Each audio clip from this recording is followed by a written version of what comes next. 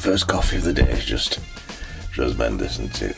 Now, I'm sure this is just a coincidence. I don't think I'm really this influential. I don't think so anyway. But I have noticed that ever since I've been recommending a certain brand of coffee, it goes on sale a lot less often.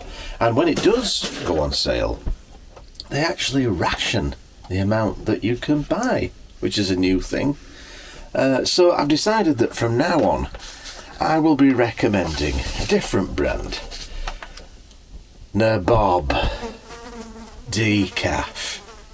Yeah, just go and buy that. Buy lots and lots of that. Don't buy any of that other stuff. And if you're watching, Nabob, maybe you'll give me some money for mentioning your brand, because nobody else does. Just an observation. I'm sure it's coincidence, though. What do you think, love? I think you should stop talking about the things you enjoy, and then they'll all be yours. Yeah. I particularly like your hair this morning, love. Well, I was going to shower and stuff right away. It's very high and shaggy. I like it. Oh, you actually do? Yeah, I do.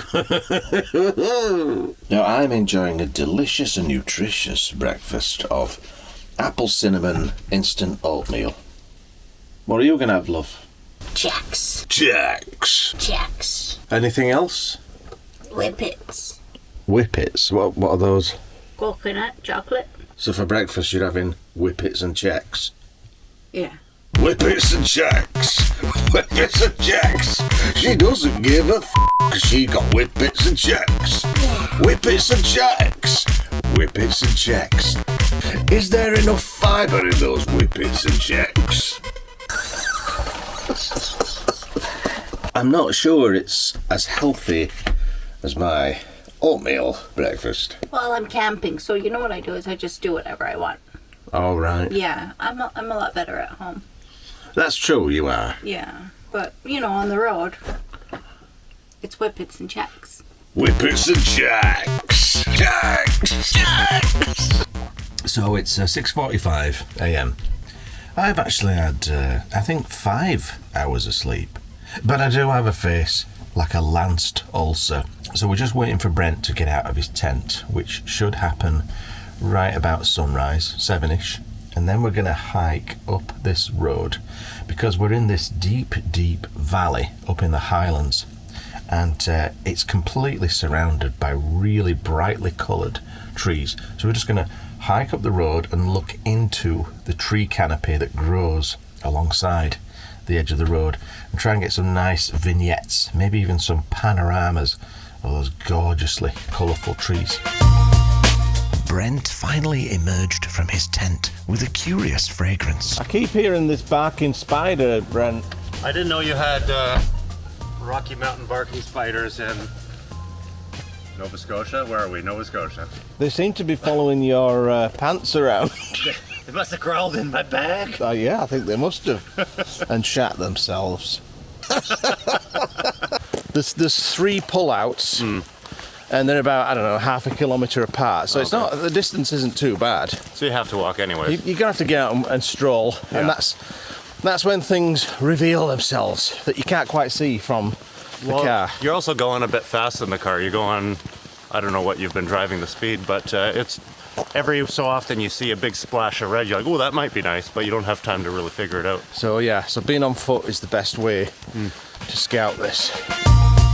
We were searching for trees that weren't just colourful, but also shapely and interesting. Yeah, there's a huge one in there, and it looks like it's right on the river. Let's, you okay to check it out? Yeah, let's go have a look. You can't really see it from here, but in the forest there's a big behemoth.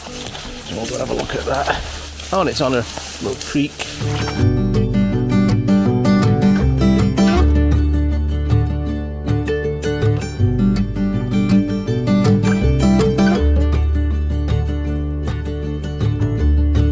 After shooting with Brent for years, I could pretty much read his mind. I knew exactly what he was thinking. Let me guess, Brent. Pano? Well, how are you going to get it all in? That's what she said. Oh, delete. if you're not permanently offended, you should probably hit that subscribe button. Oh, and don't forget to tickle my bell. Thank you very much. You know, as beautiful as it is, I'm just not seeing a pleasing composition. It's very complex, it's very messy. There's not enough simplicity for my taste, so I might just keep going. But if this creek, it probably just follows the entire valley all the way down. There might be lots of opportunities like this, I reckon. Let's keep looking. Keep looking? Yeah. So the quest for beautiful landscape photography continued, but would we end up empty-handed? As beautiful as all of these falling leaves might be for video footage, this wind is atrocious for the kind of shots that we're trying to get. Yeah, even if we find exactly what we're looking for, the wind is blowing so much that it's just busting anything that we can do. Do you want to keep going, or do you want to quit? What do you want to do? Well, intermittently it's calm, but... It's calm now. Yeah, but Well- I don't know. I came all this way for trees, and it's tough to give it up, but if it's not happening, might as well just relax a bit. It's not like you to be really lazy. Oh, I'm getting a bit sad about it, honestly, but... Let's just go another 8 kilometers, that's all.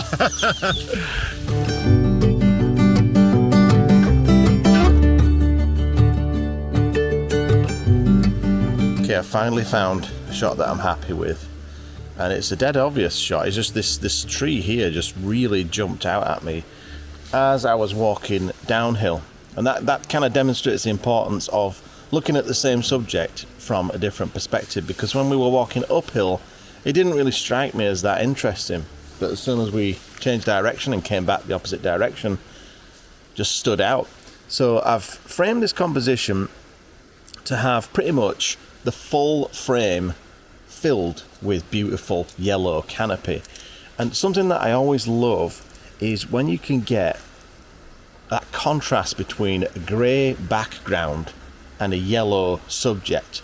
That contrast, or that colour palette of yellow and grey really works for me. Quite happy with that composition. It's a nice splash of colour. I love the forms in the tree. I love how it's arching, kind of just off centre from the right over to the left. So if this shot turns out to be any good, here's a shot.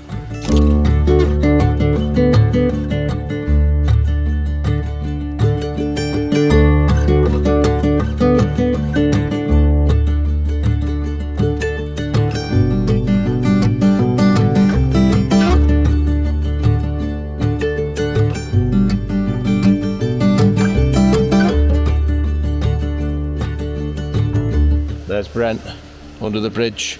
Like a troll. Oh, I've always said he was a troll. Let's see what you've got. What you got? Is it worth me dragging my gear down here, or is it just... It is. This is the only good thing that we've seen today. Really? Yeah. Well, let's have a butchered. Oh, that is quite nice, actually. That. Yeah, so you're aiming for this stuff. Exactly. It is quite nice, actually. Yeah. I'm playing around with a couple focal lengths, but tighter was better. I think, really, Brent, if you were a proper man, you'd be here. It's only like knee deep. I know where you're going. I mean, that doesn't look too bad to me. And then you got much better reflexion. So after you.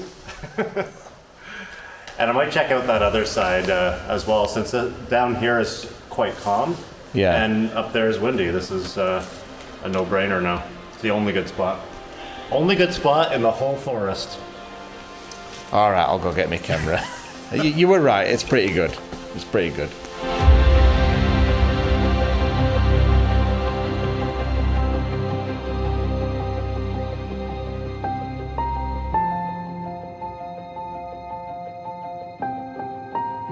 So I framed up a test shot, and it was all right.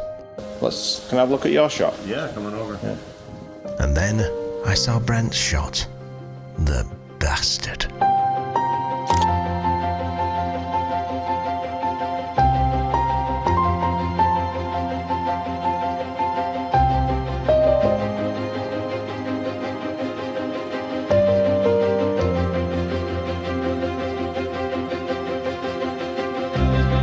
Not wanting to be outdone by Brent, I resorted to dirty tricks. Brent, I'm just going to go a little bit further downriver now. I'll see you in a bit.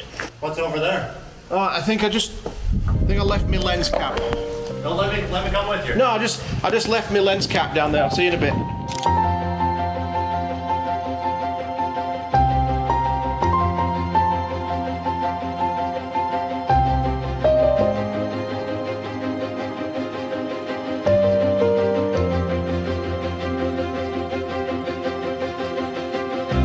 Now, I know that Brent doesn't watch these videos, so he won't mind, I guess. I don't think he's in the comments, is he? Well, I actually quite like that shot. And I think Brent must have fallen for it because he didn't follow. Although I did actually lose my lens cap. Not sure where it is. Anyway, I'll go back to my bag, pack up, and we'll move on. How was it over there first? Oh, it's not very good. You probably won't like it. Oh, that's too bad. You find your lens cap though? Yeah, I found the lens cap. Yeah. You sure you found the lens cap? Yeah, I've got it in my pocket. 100% you have it. Yeah, why are you being so weird? What's that? Oh, that's you found my other. That's my other lens cap. I've got a few lenses. Oh, your other one. Yeah. Yeah. Thanks, Okay. thanks, mate. Yeah. That fits perfectly on this. Oh, lens. it just fits this 55. The smallest lens cap in Yeah, history just here. pop it on there for us, would you? Okay. Right, let's move on. So I'm just trudging up the hill, looking in here for any little standout shape. Just a little bit more interesting than a vertical stick. Something that leans in or leans out of the frame just to catch my eye. With all of this beautiful colour, you'd think it would be easy, wouldn't you? But no. Well, we hiked up the hill, we found bugger all, now we're hiking back down again. That's great though, isn't it? Oh, I'm sure we'll find something, I'm sure. Here's my problem. I really like this tree here, but just in front of it is this tiny little sapling that's just blocking that view of that tree. And so we have found quite a few really ornate looking trees that are quite shapely, have nice forms, but you just can't see them you can't see the wood for the trees. They're just blocked. Anyway, I'm going to try one last time before I give up on this hill. And then that's it, we're going home.